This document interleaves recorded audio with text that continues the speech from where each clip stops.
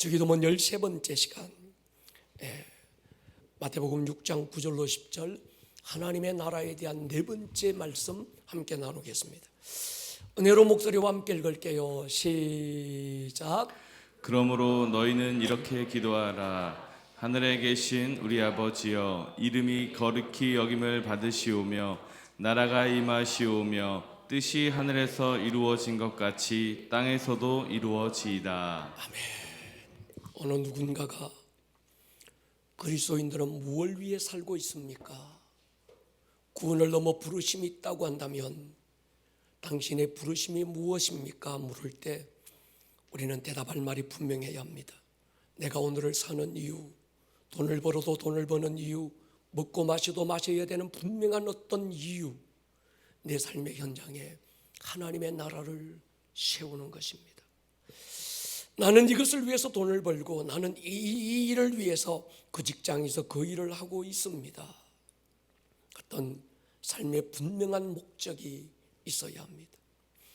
하나님의 나라, 우리가 이제 네 번째, 아마 다음 주는 조금 지겨워서 이제 뜻이 하늘에서 이룬 것처럼 얘기를 넘어갈 것 같은데 주시는 감동이 어떻게 될지는 모르겠습니다만은 네 번째, 우리가 이 하나님의 나라에 머물면서 이 하나님의 나라가 우리 가운데 풀어지기를 기도했습니다. 신학자들은 하나님의 나라를 말할 때 이런 단어를 썼습니다. 이미, 그러나 아직, already but not yet이라고 하는 단어. 하나님의 나라는 이미 우리 가운데 와 있습니다. 그러나 언젠가 우리는 분명히 영원한 하나님의 나라에 가게 될 것입니다. 여러분, 영원한 하나님의 나라가 있습니다. 우리가 가게 될 그 나라를 사모할 수 있기를 축복합니다. 동시에 성령으로 우리 가운데 내 삶의 현장에 임하는 하나님의 나라를 갈망하시기를 축복합니다. 왕권을 가진 사도행전적 교회, 사도행전적 제자, 사도행전적 평신도들에게는 다스림의 권세가 있습니다. 그들은 간구를 넘어서 선포하고 선포를 넘어서 명령할 수 있는 예수의 이름을 가진 자들이죠. 예수가 누구냐 나는 알지 못한다. 예수를 부인했던 찌질이 베드로의 언어가 달라지잖아요. 눈빛이 달라지고 걸음걸이가 달라졌습니다. 은과 금은 내게 없지만 내게 있는 게 있다. 예수의 이름이다. 할렐루야. 내가 하나님 앞에서 너희 말 듣는 것이 옳겠니? 하나님의 말씀을 듣는 것이 옳겠니? 나는 보고 들은 것을 말하지 않을 수 없다. 그 베드로가 달라진 것처럼 지금은 간구를 넘어 선포의 시즌입니다. 입을 열어 선포할 수 있기를 축복합니다. 어린아이는 사정하지만 왕같은 제사장은 믿음으로 다스리고 지배할 수 있는 권리가 있는 거예요.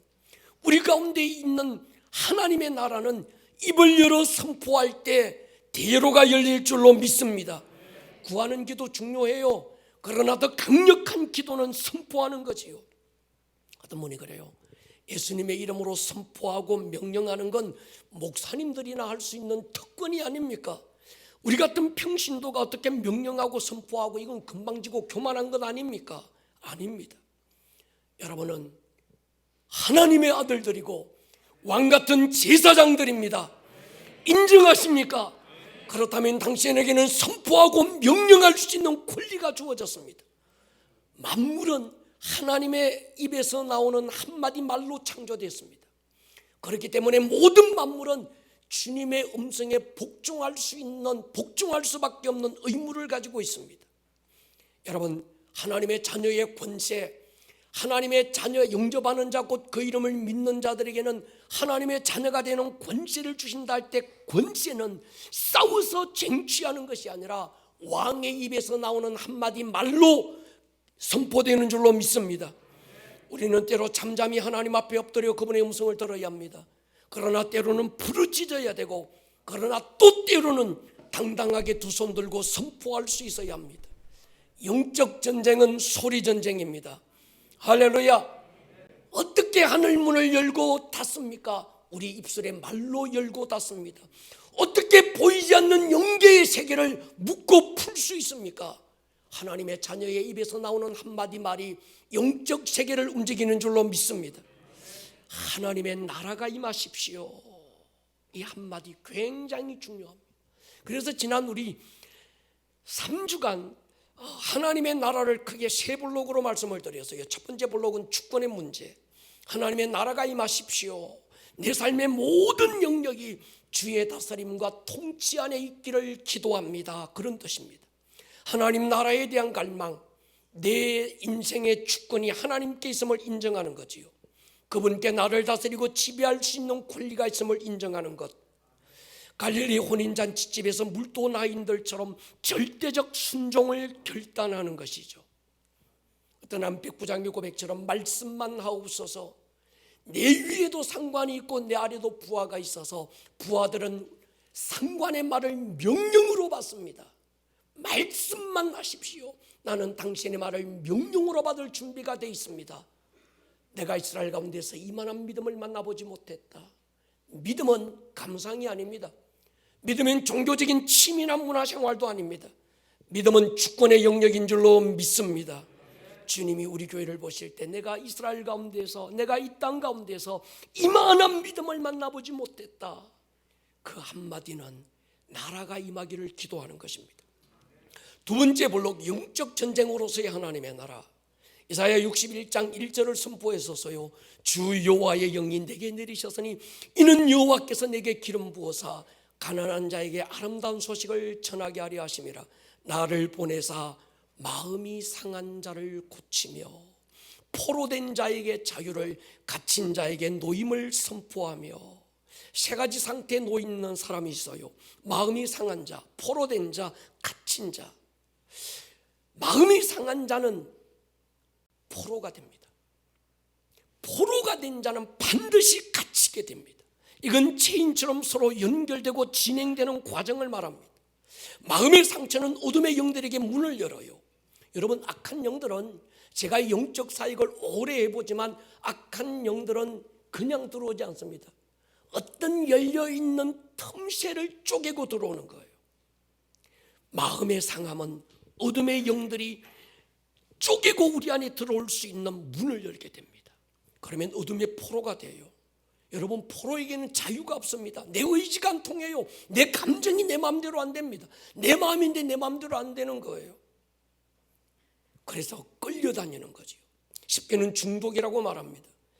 여러분, 중독이 어려운 건 게임이든 술이든 이 중독이 참 어려운 건 중독 그 자체의 문제가 아니라 배후의 어둠의 영들이 그 사람을 가두어 버린 거예요.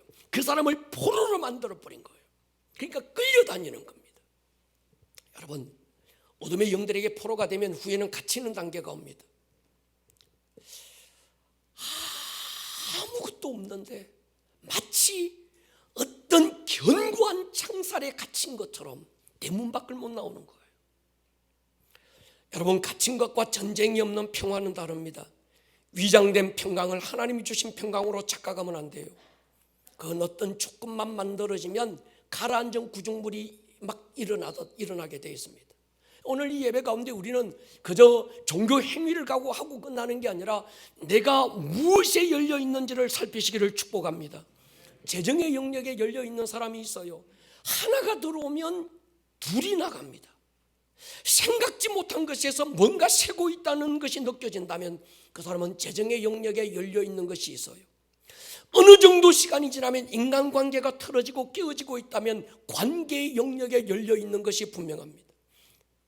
이유를 알 수 없는 불안과 두려움이 내 마음을 짓누르고 있다면 두려움의 영에 열려 있는 것이 틀림없습니다.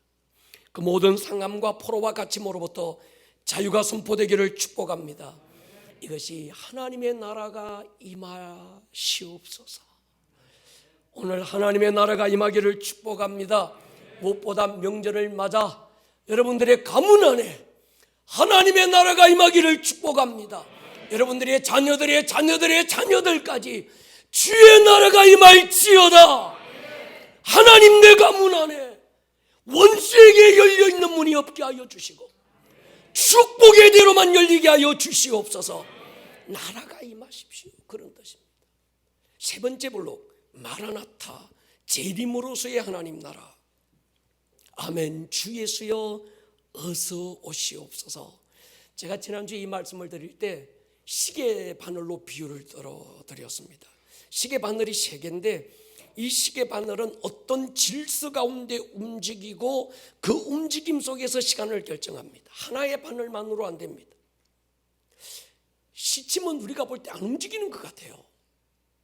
근데 어느 이 분침이 돌면 어느 때가 되면 시침이 움직여요.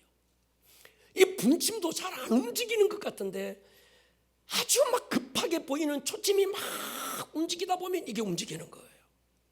그래서 시침은 제가 지난주에 이스라엘이라고 말씀드렸습니다. 2000년 동안 예수님이 땅에 오신 그때부터 지금까지 정말 예수를 주라고 고백하지 않고 오히려 예수를 십자가에 못 박았던 이스라엘, 이 시침이 전혀 안 움직일 것 같은데 움직이고 있습니다. 할렐루야. 그래서 어떤 분들이 목사님 분침은 뭐고 초침은 뭡니까 묻더라고요. 제가 오늘 그 비밀을 가르쳐 드리려고 합니다. 기대가 되십니까? 분침은 열방입니다. 우리가 백투 예루살렘 복음의 서진을 얘기해요. 그래서 오늘날 많은 선교사들이 수평적 선교에서 땅끝은 이스라엘이라고 한다면 그 땅끝 이스라엘을 향해서 수많은 선교사들이 열방을 향해서 뛰어나가서 그들의 피를 그 땅에 쏟아놓고 복음을 전하는 이유가 있습니다. 그래야 땅끝 이스라엘이 시침이 도는 거예요. 동의하십니까? 여러분 이슬람 국가들 보십시오. 아프간을 비롯한 모든 이슬람 국가들 분침처럼 느리지만 그들에게 복음이 들어가고 그들이 움직이고 있습니다. 그런데 이 분침과 시침을 움직이게 만드는 결정적인 초침이 중요합니다. 그게 뭘까요? 예배와 기도입니다. 할렐루야. 여러분 예배와 기도, 왜 우리 교회가 기도와 예배를 멈추지 말아야 될까요? 우리의 기도를 통해서 하나님이 응답하시고 우리의 예배를 하나님이 기뻐 받으시는 것도 있지만 이 기도의 잔이 차고 예배의 잔이 채워지면 물이 아구까지 차듯이 채워지면 분침이 돌 거예요. 할렐루야. 분침이 돌면 때가 되면 시침이 돌 걸 믿습니다. 이 시침이 어느 정도 때가 되면 우리 주님 마라나타 오시는 줄로 믿습니다.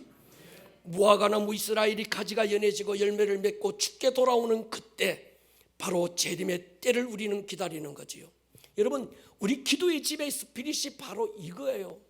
아름다운 꿈의 교회가 왜 하루에 2번씩 기도하고 예배하는 이유가 뭡니까?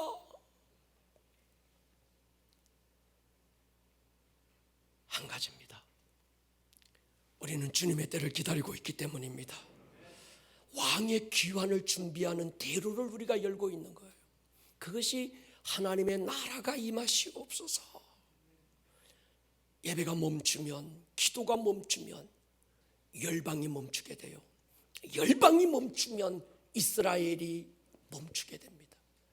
여러분 재림에 대한 소망, 우리 주님 다시 오시는 것에 대한 열망이 우리의 소원이지만 우리의 소원보다 훨씬 더 큰 소원은 그분의 열심입니다. 할렐루야. 우리 주님 신랑 되신 그분, 그의 사랑하는 신부된 교회들이 보고 싶어서 빨리 이 땅에 오시고 싶은데 간절한데 잔이 채워져야 되는 거예요. 그래서 우리는 기도하고 있습니다. 예배를 멈추지 않을 것입니다.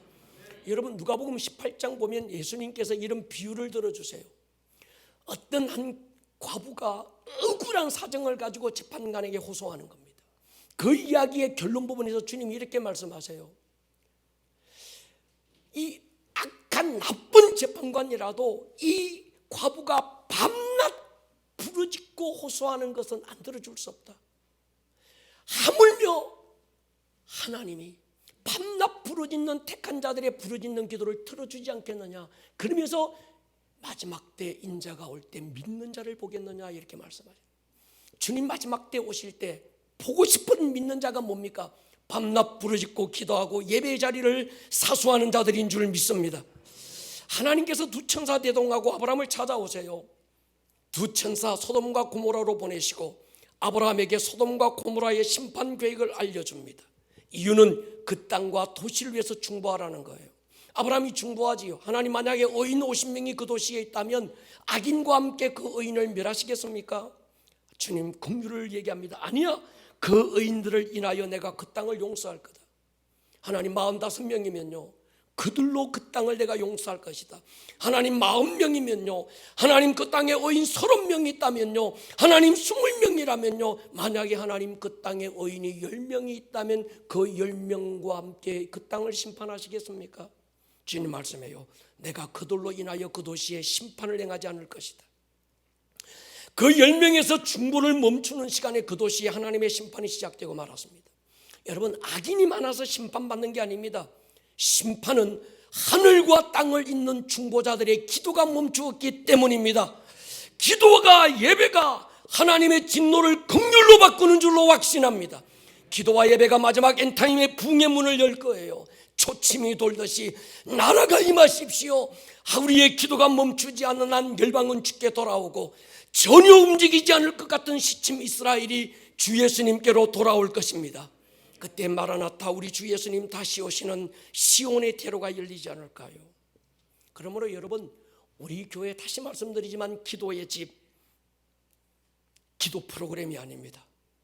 기도의 집은 이 땅 이 도시 가운데 하나님의 나라가 임하는 현장입니다.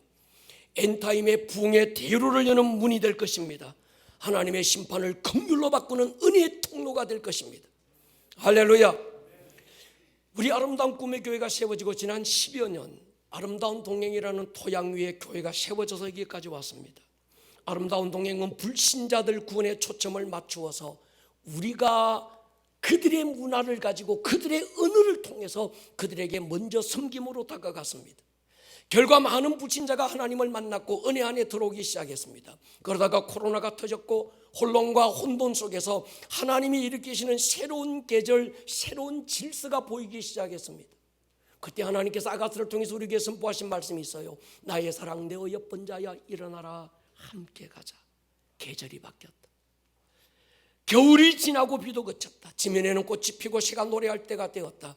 무화과나무 이스라엘의 푸른 열매가 익어가기 시작했고 이방인 포도나무가 꽃을 피워 향기를 토하는구나. 나의 사랑, 나의 아이야, 나의 신부야, 일어나라, 함께 가자.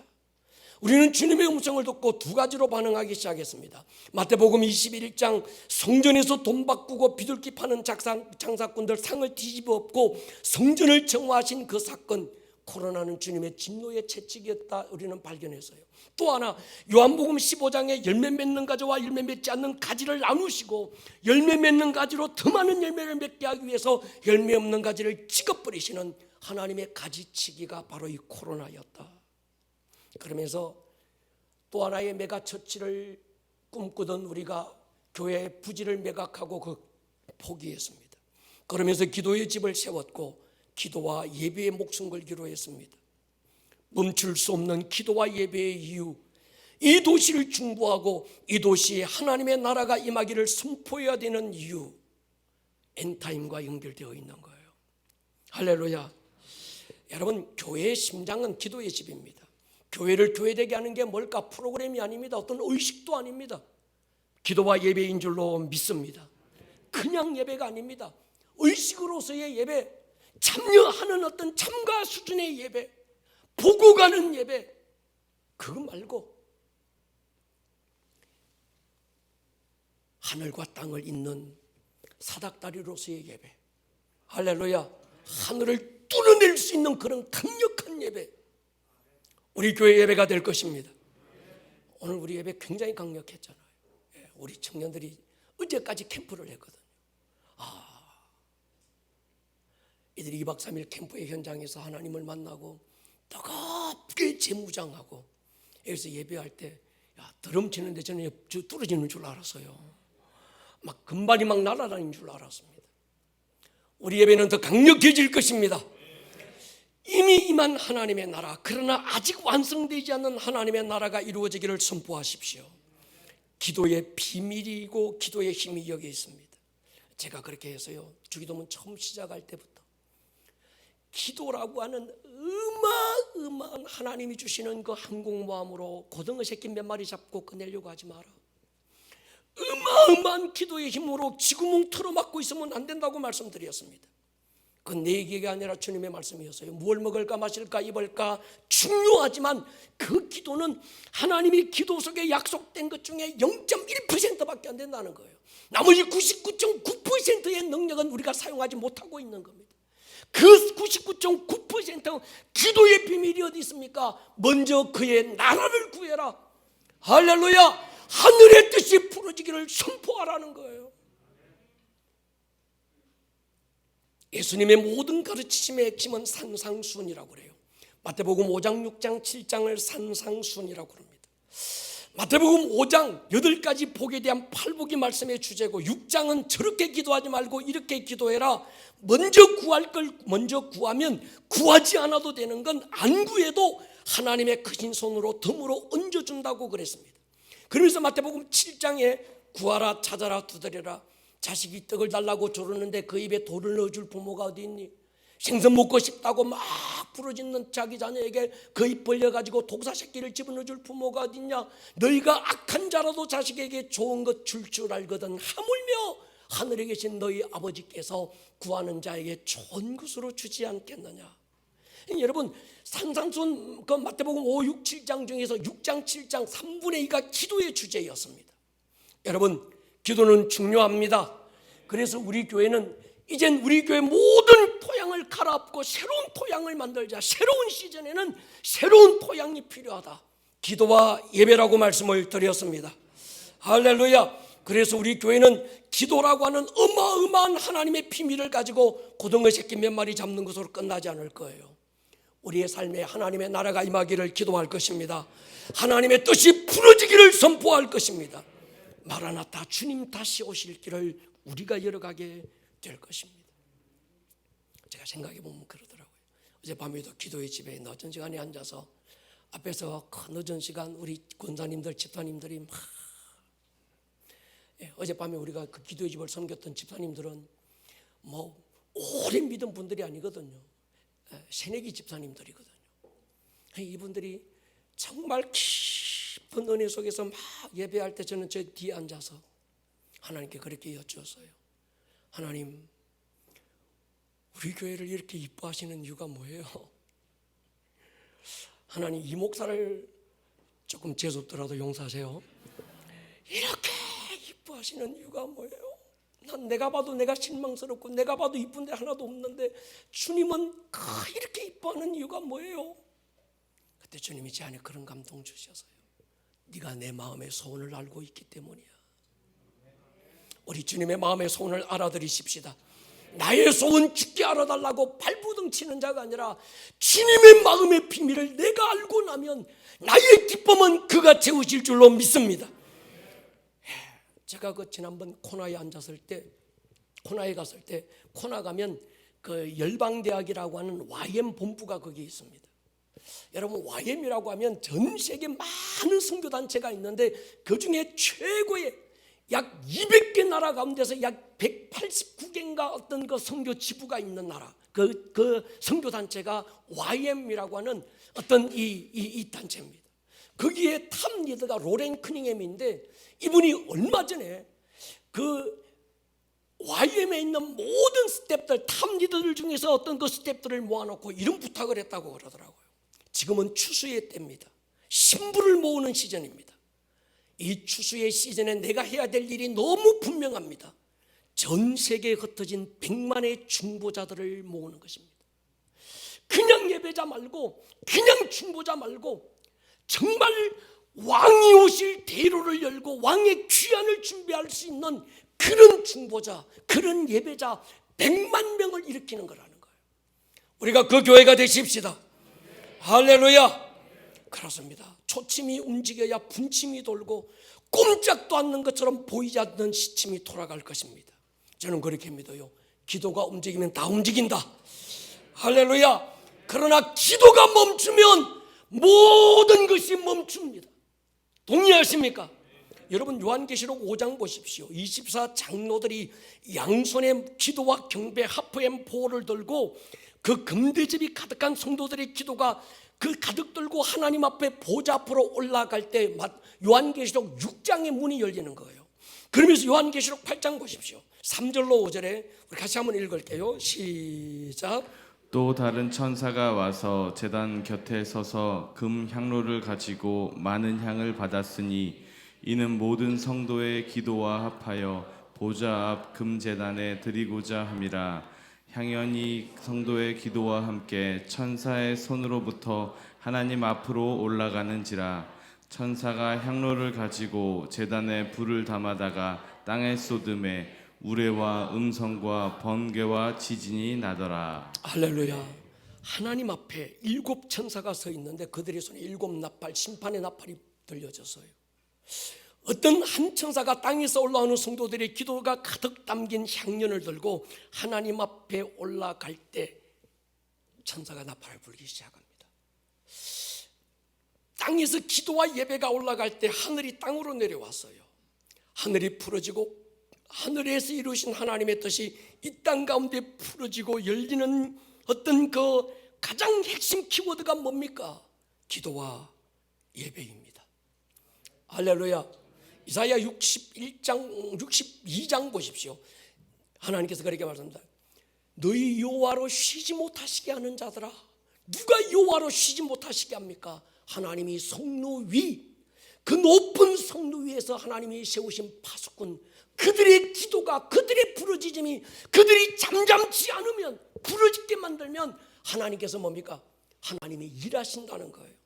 동의하십니까? 여러분, 기도가 하나님을 움직인다고 저는 확신합니다. 기도가 역사를 일으킵니다. 기도가 만사를 변화시킵니다. 기도가 하나님의 나라를 이 땅 가운데 세우는 거예요. 에스겔 37장을 보면 마른 뼈가 살아나는 어마어마한 부흥이, 이건 엔타임 때 일어나는 부흥인데, 에스겔서 37장에 생기야 막 선포하니까 정말 도무지 가능성이 없던 마른 뼈들이 움직이기 시작하고 그들이 힘줄이 덮이고 가죽이 덮이고 생계가 드러나니까 하나님의 군대가 일어났습니다. 이 부흥은 36장이 채워지면서 37장이 된 거예요. 36장에 이렇게 선포합니다. 내가 맑은 물을 뿌려서 너희를 정결케 하고 새 영을 너희 안에 두고 굳은 마음을 제거하고 부드러운 마음, 새 마음을 창조할 거다. 그러면서 37절 마지막에 36장 37절에 이렇게 결론 짓습니다. 주 여호와께서 이같이 말씀하셨느니라. 그래도 이스라엘 족속이 이같이 자기들에게 이루어 주기를 내게 구하여야 할지라. 여러분, 기도하는 자에게 새 영을 부어주십니다. 그 기도가 채워지면 에스겔서 37장에 생기가 불어오고 에스겔서 37장에 마른 뼈들이 살아나는 부흥을 우리가 경험하게 될 줄로 믿습니다. 성경에 수없는 약속들이 있지만 그 약속을 이루는 힘은 기도와 예배에 있습니다. 그래서 우리 교회는 사람들이 목사님 코로나 시즌에 무슨 부흥입니까? 아닙니다. 지금 이 부흥을 선포해야 될 때입니다. 지금 이 부흥을 갈망해야 될 때입니다. 부흥을 노래할 수 있기를 주의 이름으로 축원합니다. 오늘 마지막 결론적으로 하나님 나라 결론이 성령님입니다. 성령님은 하나님의 나라를 우리 가운데 가지고 오시는 분이에요. 근데 어떤 모습으로 가지고 오시는가 하면 왕으로 오시는 겁니다. 예수님 마태복음에 그런 말씀, 여기 있는 자들 가운데 내가 왕권을 가지고 오는 것을 볼 자들도 있다. 이건 재림의 타이밍이 아니고 왕으로 오시는 성령님에 관한 예언적 선포지요. 여러분, 성령님은 기분이 아닙니다.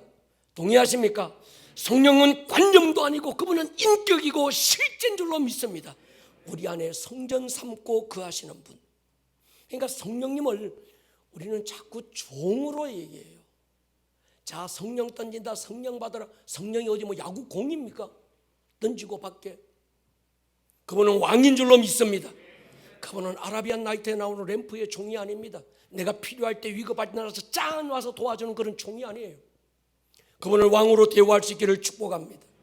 그분의 작은 움직임에도 민감하게 반응할 수 있는 사람, 그분이 나에게 무엇도 명령할 수 있는 권리를 인정하는 사람. 할렐루야. 하나님의 나라가 임하는 사람들이죠.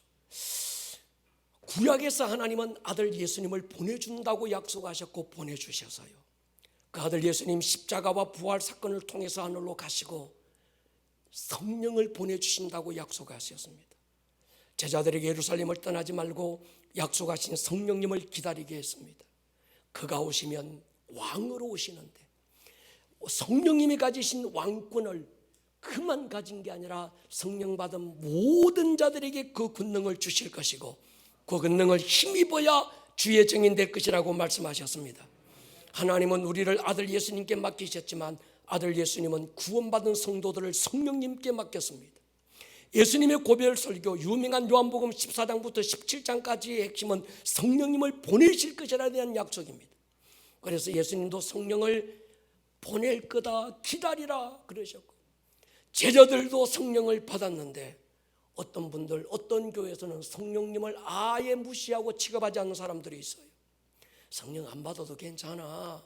성령의 역사는 사도행전으로 끝난겨. 뭐 자꾸 성령 좀 믿어도 엘리트답게 세련되게 그렇게 믿어야지 뭐 막 야단스럽게 그렇게 좀 믿지 마라. 때가 지났다. 이런 어리석은 자들도 있는 거예요. 여러분 이런 말에 속지 마십시오. 지금도 성령 받아야 됩니다. 성령 받으십시오. 이미 받았다면 충만할 수 있기를 축복합니다. 여러분 로마서 11장에서 이스라엘로 시기케 하는 게 무엇인지 아십니까? 우리 안에서 율법이 완성되는 걸 보는 거예요. 여러분 이스라엘 백성들은 구약의 613가지의 율법을 지키려고 아무리 발부둥쳐도 자기들이 지킬 수 없다는 절망에 빠졌어요.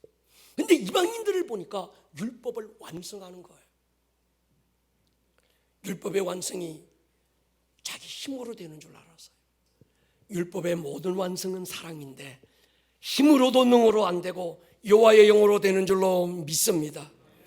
하나님 성령께서 나의 지정의 전체를 사로잡아서 나의 미움의 감정 죽이고 그분의 사랑의 성품이 드러나게 만들고 할렐루야 죄로 달려가는 나의 의지를 꺾어놓고 하나님 기쁘신 곳으로 나의 의지의 방향을 정하고 가는 것 하나님의 나라인 줄 믿습니다.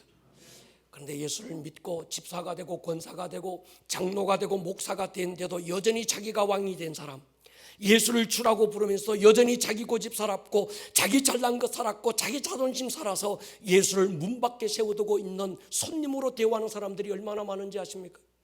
에스겔서 3장 보십시오. 볼지어다 내가 문 밖에 서서 두리는 누구든지 내 음성을 듣고 문을 열면 내가 그에게 들어가 그로 더불어 먹고 그는 나와 더불어 먹을 거다. 여러분 이 말씀은 불신자에게 한 말이 아닙니다. 당시 7개밖에 없던 교회 한 그 가운데 라오디게아 교회에게 주신 주님의 책망이어서요. 여전히 교회 안에서는 예배가 드려지고 있고 여전히 집사라고 불려지고 있고 여전히 믿는 자라고 불려지고 있는데 주님이 그 안에 없는 사람, 여전히 교회 안에서는 예배와 찬송과 기도 소리가 막 울려 퍼지고 있는데 주님은 문 밖에 서서 들어오고 싶어서 문만 두드리고 계시는 안타까움. 여러분 오늘 라오디게아 교회가 없을까요? 오늘날 라오디게아 성도는 없을까요? 뜨겁지도 않고 그렇다고 차지도 못한 미지근한 신앙인들이 왜 없을까요?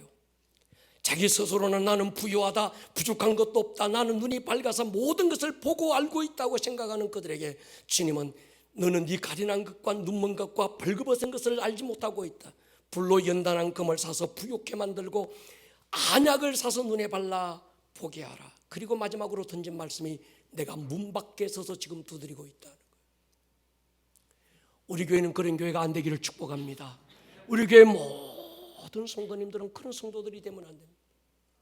주님이 우리 가운데 왕으로 오셔서 오늘 우리 예배 시작 전에 이승민 전사가 선포했던 것처럼 오늘 이 공간의 주인이 하나님인 것을 선포하고 하나님만 이 예배를 통치하고 다스릴 수 있음을 선포하고 왕으로 오시는 주여 이 공간에 주의 나라를 세우시옵소서. 그런 교회 말이죠. 주 여호와의 영이 너에게 임할 것인데 마음이 상한 자가 치유되고 잡힌 자 결박이 풀어지고 갇힌 자들이 자유함을 얻게 될 거다. 이 예언적 선포는 여호와의 영이 성령이 임하시면서 실제가 되는 거예요. 할렐루야. 여러분 하나님의 나라는 성령으로 임하는 줄로 믿습니다. 하나님의 나라는 성령으로 확장됩니다. 그래서 성도의 모든 삶은 성령님으로 우리가 결정되어야 합니다. 마태복음 12장 28절 보십시오. 내가 하나님의 성령을 힘입어 귀신을 쫓아내는 것이면 하나님의 나라가 너희에게 임하였느니라. 이 명절에 여러분이 찾아가는, 여러분의 발걸음이 닿는 곳마다 친척들을 만나든 헤어졌던 가족들을 만나고 형제들을 만나든 여러분들이 임하는 그 자리, 만나는 그 자리, 누구든 그곳에 주의 나라가 임하기를 축복합니다. 하나님이 왕이 되시고 하나님의 통치와 다스림이 부러지는 현장이 될 수 있기를 축복합니다. 그러면 마음이 상한 자가 치유될 것입니다. 할렐루야. 뭔가에 포로된 자들이 자유케 되는 역사가 있기를 축복합니다. 나도 모르게 무언가에 갇힌 자들 노임받기를 주의 이름으로 축원합니다. 그런 하나님의 나라를 운반하는 사람, 그게 바로 나라가 임하십시오. 결론을 맺습니다. 여러분, 성령님이 하나님의 나라를 가지고 오실 때는 그냥 오지 않습니다. 천사가 대동됩니다. 사도행전 1장 8절에서 성령이 임하시면 너희가 권능을 받고 할 때, 권능은 헬라어로 하나님의 손가락 그런 뜻입니다. 하나님이 손가락처럼 쓰시는 존재가 천사들이죠. 여러분, 성령이 임하실 때 권능으로 임하는 건 권능의 천사들이 수종되는 거예요. 사도행전 2장에서 처음 성령 강림이 그 마가의 다락방 오순절에 막 강력하게 임할 때 대표적으로 두 가지 현상이 일어납니다. 하나는 불의 혀같이 갈라지는 것, 또 하나는 급하고 강한 바람 같은 소리입니다. 이 두 가지, 눈으로 보여지고 귀로 들려지는 두 가지 현상을 보고 사람들은 불 같은 성령이니 바람 같은 성령이니 그런 얘기예요.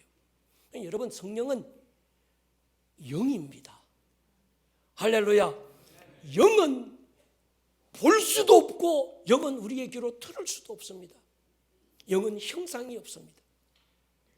여기서 두 가지 현상, 불의 혀처럼 막 갈라지는 게 보이고 바람 같은 어떤 소리가 들렸는데 이건 뭘까? 히브리서 1장 7절 보십시오.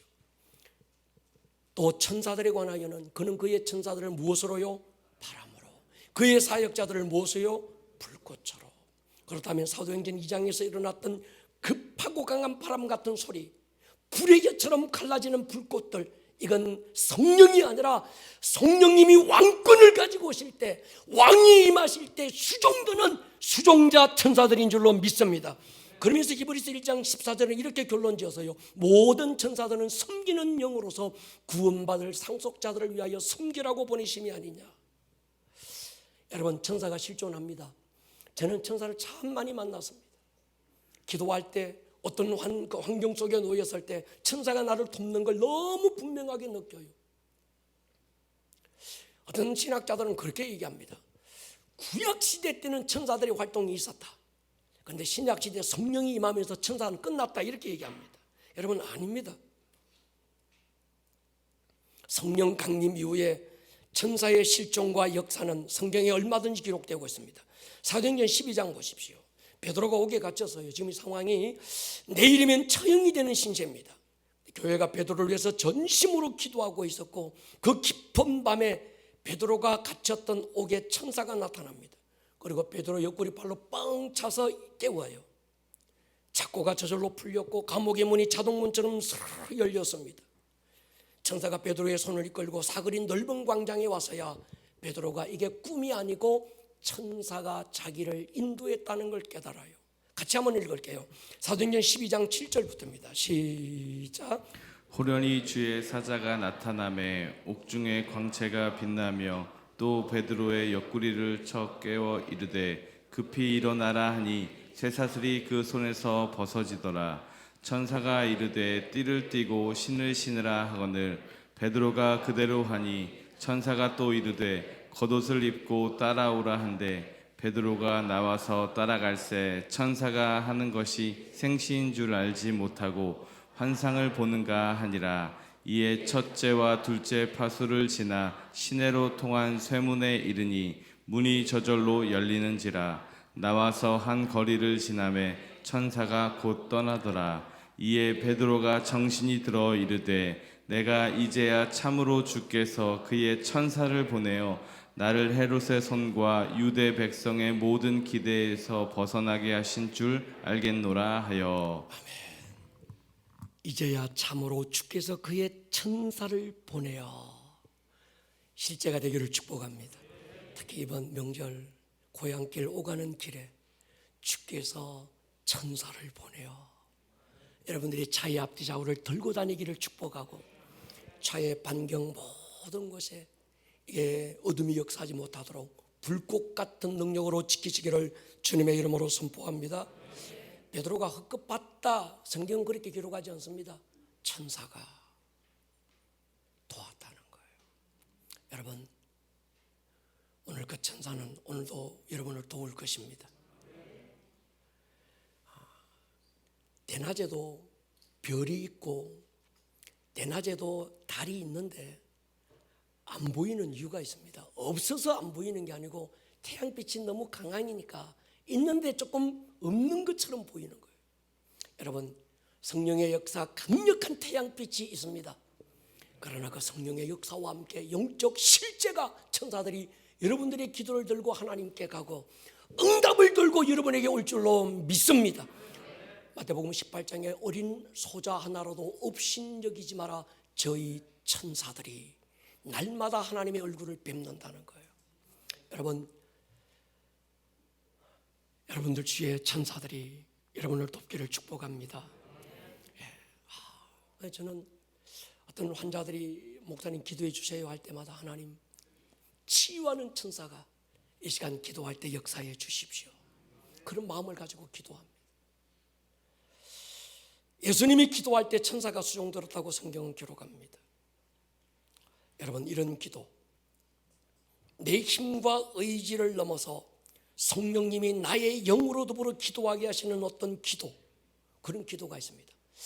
내가 하는 기도인데 기도의 영을 받은 기도가 있습니다. 할렐루야.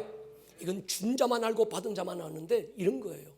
처음에는 기도를 내가 시작했는데 한참 기도하다 보니까 이 기도를 내가 하는 게 아닌 것 같아. 내가 기도하는데 뭔가가 내가 전혀 생각지도 않았던 기도가 내 입에서 막 터져 나올 때, 최근에 경험한 게 그겁니다. 하나님, 우리 교회 가운데 11조만 가지고 집 먹고 살고 10분의 9는 주님 기뻐하는 것으로 흘려 보내게 해주십시오. 바로 또 아멘 안 하잖아.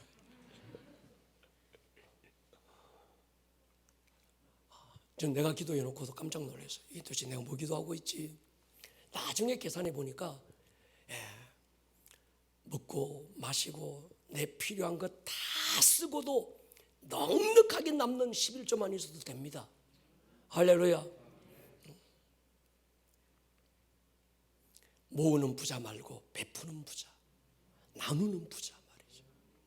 할렐루야. 여러분, 그런 기도를 경험하십시오. 이 기도는 성령님이 나의 영으로 더불어서 나와 나를 지금 기도하게 하시는 기도, 어떤 지혜와 계시적인 비밀을 기도하게 하시는 기도가 있는 거예요. 나중에 알게 됩니다. 이때 이 일을 위해서 그때 그 기도 하셨구나. 난 그 기도 왜 했는지 난 몰랐는데 나중에 알고 보니까 그때 그 기도하게 하신 게, 나는 그 기도하려고 생각도 안 했는데 그 기도하게 하신 게 이때 이 일을 위해서구나. 여러분, 성령과 하나님의 나라는 하나입니다. 하나님의 나라와 기도와 예배는 하나입니다. 교회와 하나님의 나라는 하나입니다. 엔타임과 하나님의 나라는 하나입니다. 성도들의 부르심과 하나님의 나라는 하나입니다. 4주째 이제 결론을 내린 거예요. 4주째 좀 듣고 나니까, 우리 목사님 맨날 하나님의 나라가 임하기를 기도해라, 먹고 마시고 뭐 그는 기도 좀 하지 말고 정말 하나님의 나라가 임하기를 기도해라, 저게 이런 거였구나 알고 비밀이 열린 분만 아멘 하십시다. 그래서 우리 교회는 이젠 구원을 넘어, 나 구원 받았는데 니 구원 받았나, 나 구원의 확신이 있어 없어, 그런 유치한 유치원 수준의 신앙에서 벗어나서 이 도시 가운데, 이 나라 가운데 하나님의 나라가 임하기를 기도. 할렐루야.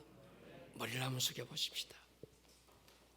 우리는 다음 주부터 하나님의 뜻이 내 삶에 풀어지는 게 무엇인지를 우리가 선포하며 알아갈 것입니다. 여러분, 이 시간 우리 기도할 거예요. 기도하실 때 하나님의 나라가 내 재정의 영역에 풀어지기를 선포합니다. 하나님의 나라가 모든 인간관계 안에 풀어질 것을 선포합니다. 우리 가운데 마음이 상한 자 있습니까? 과거에 남겨져 있는 상처에 사로잡혀서 나도 모르게 그 상처에 포로되어 사는 사람 없습니까? 우리 가운데 갇힌 자 없습니까? 주의 나라가 임하기를 축복합니다. 여러분 선포하십시오. 주의 나라가 임하십시오. 주님, 내 삶 가운데 나라가 임하여 주십시오. 나라가 임할지어다. 주여 한번 부르고 통성으로 기도합니다. 주여